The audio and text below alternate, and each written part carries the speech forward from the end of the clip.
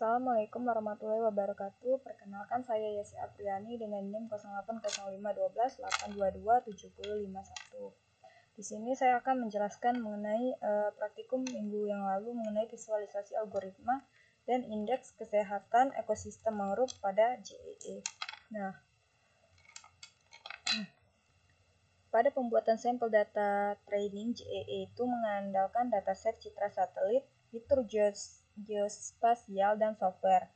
Pembuatan sampel training ini dapat berupa poligon point disesuaikan dengan kebutuhan.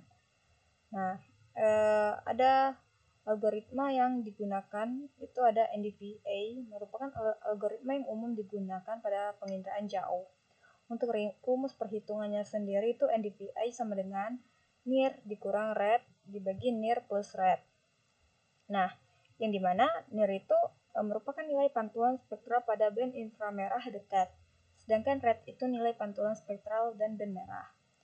Adapun interpretasi umum pada perolehan nilai NDVI itu berkisar antara -1 hingga 1.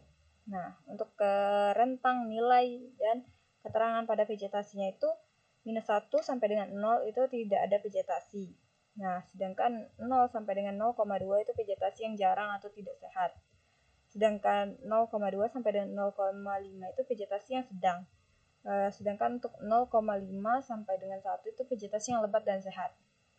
Adapun algoritma surveyed learning, surveyed learning ini model dari training data atau sampel pelatihan yang terdiri dari pixel-pixel citra yang telah diklasifikasikan ke dalam kelas-kelas tertentu.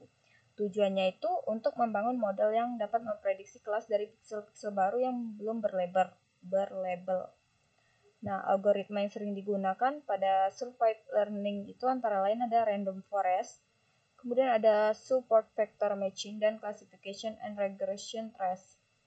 Nah, untuk random forest sendiri, algoritma ini membangun banyak pohon keputusan dan menggabungkan hasilnya untuk membuat prediksi yang lebih akurat. Random forest sangat robust terhadap overfitting dan cocok untuk data dengan dimensi tinggi. Sedangkan untuk algoritma unsur-based learning itu dalam konteks JEE, unsur-based learning sangat berguna untuk mengidentifikasi kelompok atau pola alami dalam data citra satelit tanpa memerlukan data pelatihan yang dilabeli. Beberapa algoritma unsupervised learning yang umum digunakan di JEE antara lain ada K-means, clustering, dan isodata. K-means clustering itu bertujuan untuk membagi data menjadi kelompok. Nah, kemudian ada isodata. Isodata itu secara otomatis menentukan jumlah kelompok yang optimal, berbeda dengan K-means yang mengharuskan pengguna menentukan jumlah cluster di awal. Oke, kemudian ada algoritma TRVI. TRVI merupakan singkatan dari Tree Spectral Vegetation Index. Seperti namanya, pada algoritma ini menggunakan data citra satelit untuk memanfaatkan 3 spektrum gelombang elektromagnetik, yaitu red, green, dan blue. TRVI ini dapat dihitung menggunakan rumus TRVI sama dengan near dikurang red dibagi near plus red. Near nilai refleksi spektral pada band inframerah dekat, sedangkan red nilai refleksi spektral pada band merah, sama seperti yang NDVI. Oke. TRVI ini memiliki beberapa keunggulan, diantaranya relatif sederhana dan mudah dihitung, sensitif terhadap perubahan kondisi vegetasi, dan dapat digunakan untuk berbagai jenis vegetasi. Kemudian ada algoritma IRESI, Inverted Range Edge Chlorophyll Index IRESI, merupakan algoritma untuk mengestimasikan kandungan klorofil pada tanaman. Klorofil itu sendiri berperan penting dalam fotosintesis, dan kandungan menjadi indikator kesehatan dan produktivitas tanaman. Menurut rumusnya sendiri itu IRC sama dengan near dikurang red dibagi red edge dikurang red. Near itu reflektansi pada pita inframerah dekat, sedangkan red reflektansi pada pita merah. Sedangkan red edge reflektansi pada pita tepi merah. Wilayah spektral antara merah dan inframerah dekat sangat sensitif dengan perubahan kandungan klorofil. Nilai RSC ini yang lebih tinggi menunjukkan kandungan klorofil yang lebih tinggi pada tanaman. Sebaliknya, nilai yang rendah menunjukkan kandungan klorofil yang lebih rendah. Baiklah, kita lanjut. Kita buka GEE. Oke.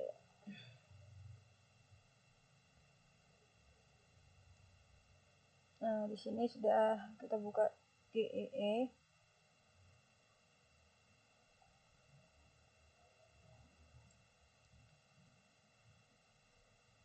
Nah, ini saya akan mencontohkan ketika kalian mencoba untuk masuk ke GEE. Yang pertama itu kita klik GEE di Google, kemudian ke Google Earth Engine.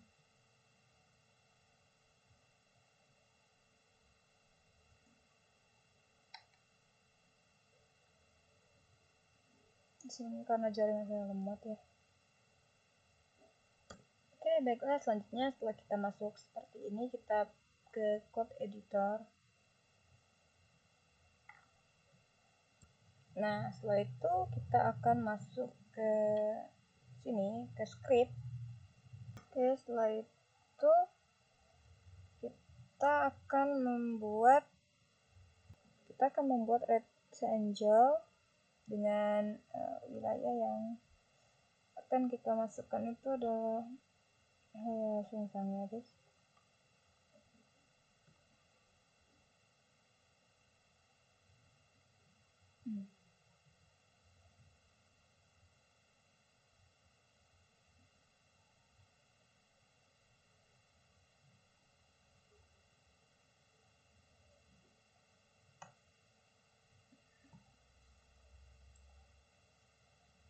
Nah, setelah itu, kemudian kita klik new layer.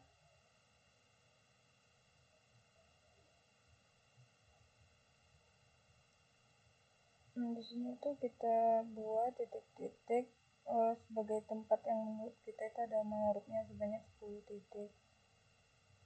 Tuh. 2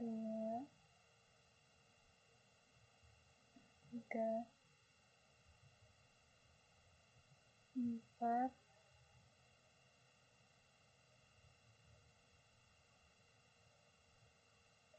6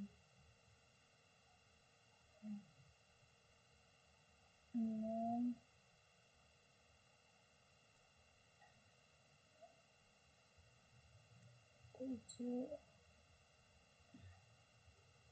8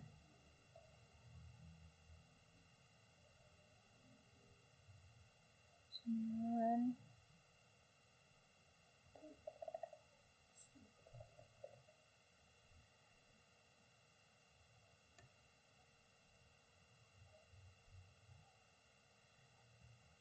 10.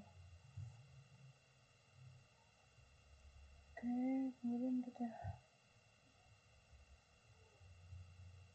kita ganti namanya itu jadi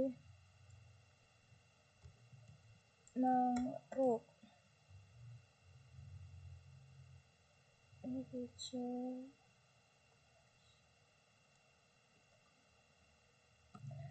Nah, kemudian di sini kita pilih jadi feature collection, kemudian untuk properti kita tulis LC, terus untuk value-nya itu 0. Kemudian kita klik OK.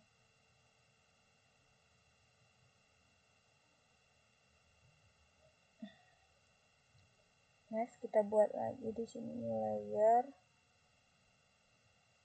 Kita tandain yang menurut kita tuh bukan mangrove ya guys.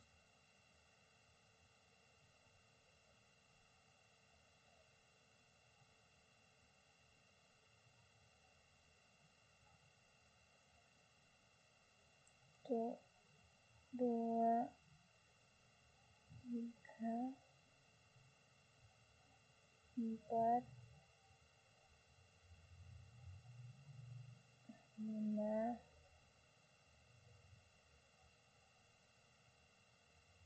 6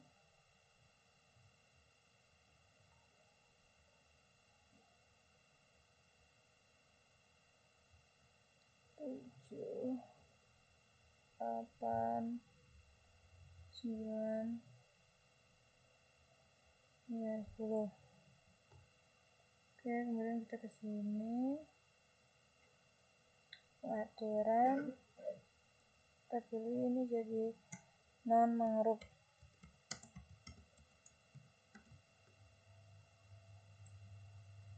Geometry feature collection. Dan untuk propertinya itu sama LV. Filenya itu guys, di sini kita buat polygon non-mangrove. Tadi udah buat polygon mangrove. Polygon mangrove itu yang warna biru-biru ini. Tandanya itu kita di sini ke penanda ke polygon, kemudian kita klik new layer. Ini kita tanda-tandai. Oke. Baiklah, setelah kita melakukan poin tadi, kita memasukkan algoritmanya, script algoritmanya, yaitu ada iresi, ada NDVI, kemudian ada iresi, ada random forest.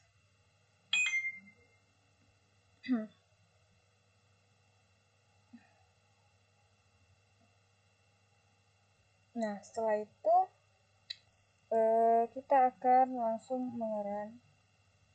Klik run.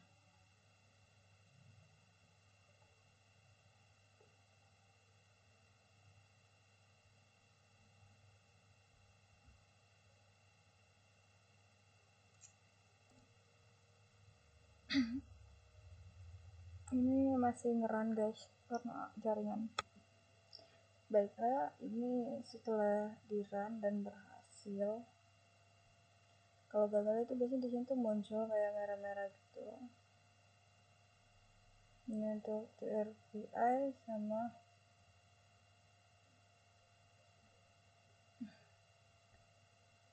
dan untuk algoritma yang digunakan ada TRVI, resi, NDVI.